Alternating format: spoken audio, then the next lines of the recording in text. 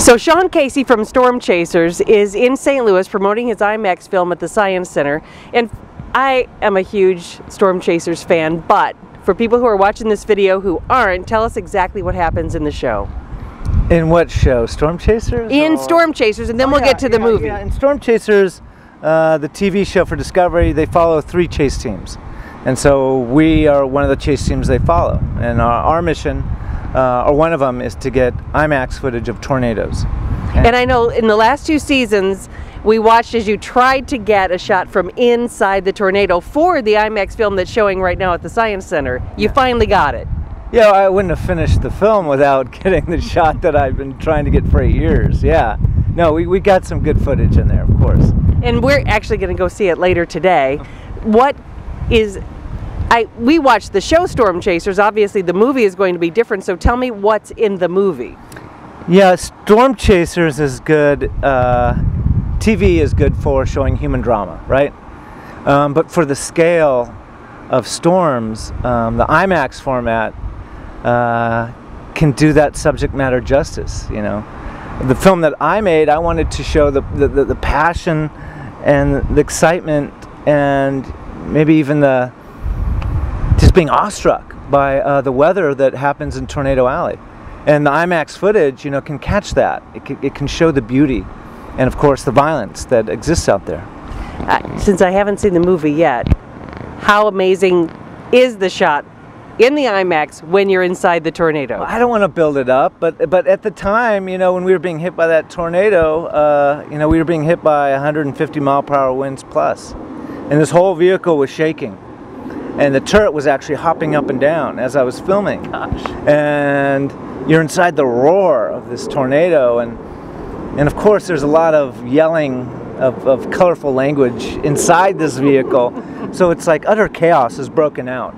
Utter meteorological chaos and human chaos just in that one moment. Okay, so for 2 seasons you were chasing the shot that let you finish this movie. What are you going to do in season 3? Well, actually, it took 8 years. 8 years to get that shot. But only 2 seasons of Stormchasers. Yeah, so, yeah, but you're coming back to Stormchasers. Yeah, we are. We chased this spring, and we filmed some amazing things. And so there wasn't time, of course, to put it into the film. This film was already done. So we're probably going to be doing a sequel, I'd imagine. So hopefully that doesn't take 8 years. Throughout the season, we saw, you know, the time away from your family, from your wife and your daughters. Mm-hmm. How did they feel about, you know, were they like, okay, you're done now, come home, or did they know you were going right back out? Well, they know what you know, that's my passion. My passion is to go out, I guess, in a tank and get footage of tornadoes and storms. So they realize that. And my youngest, you know, I have a 3- and a 6-year-old. And so they're a little young to really understand what's going on, other than, you know, Daddy, you know, kind of disappears for about 2 months. And that's the hardest part. That's the hardest part of doing this, is being away from your family. Yeah.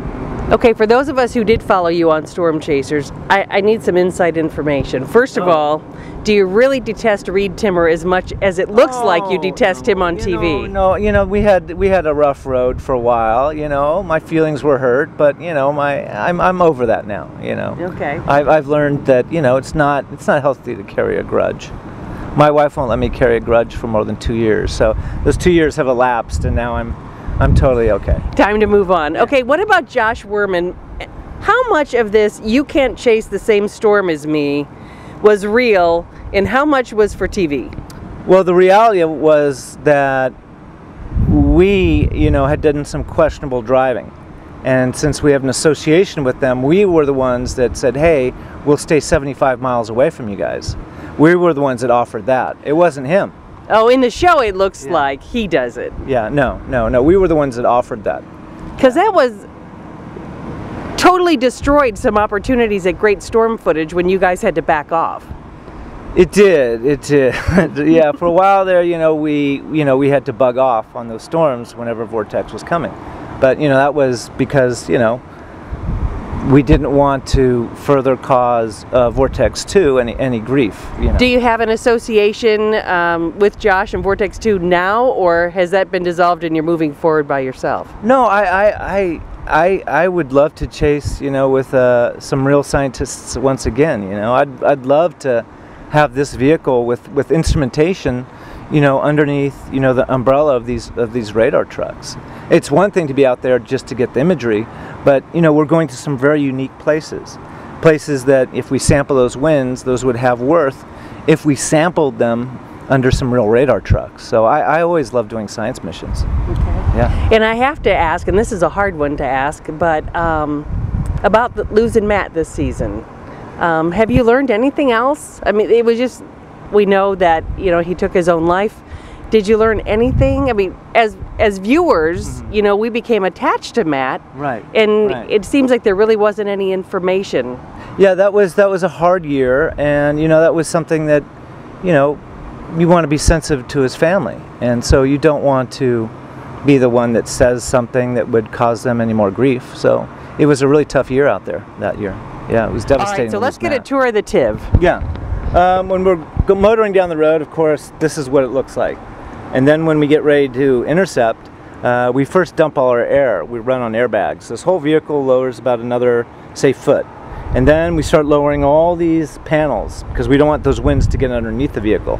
And then once this panel is lowered, we have these spikes that we push into the dirt, kind of anchors.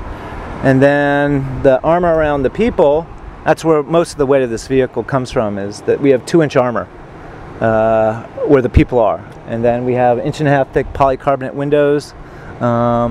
We have a turret. That's actually where the Imax camera lives, up in the turret.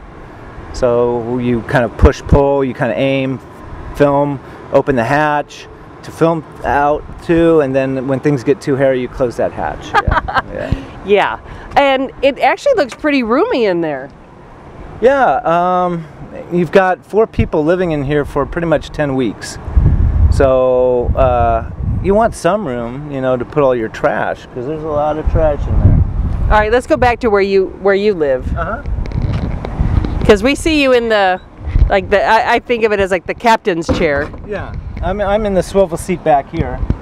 So when it's time to film, I swivel back to put this Imax camera up into the turret. And then you see the turret saddle that has a ball mount, so I get level with a ball mount, and then film through that window up there. Now, did you start out as a filmmaker who turned Stormchaser, or the other way around? Yeah, I used to work on a number of film projects, and I went to school for film studies. And you know, I had the opportunity to be on crews that would, you know, go to Africa or Alaska or Australia to film, you know, some pretty amazing stuff. And it was tornadoes though that really caught my.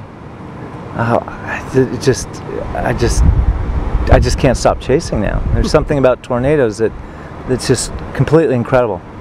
Okay, so what are we going to see in the upcoming season of Stormchasers? I know it kicks back off on October 13th, but obviously you've already been filming. Yeah, I think I don't know when it starts. It might actually start in September, late September, the series. So yeah, this year was an incredible year. One thing that, of course, we encountered were, you know, the destruction that these tornadoes created. And that was pretty much unparalleled. Were you in Joplin?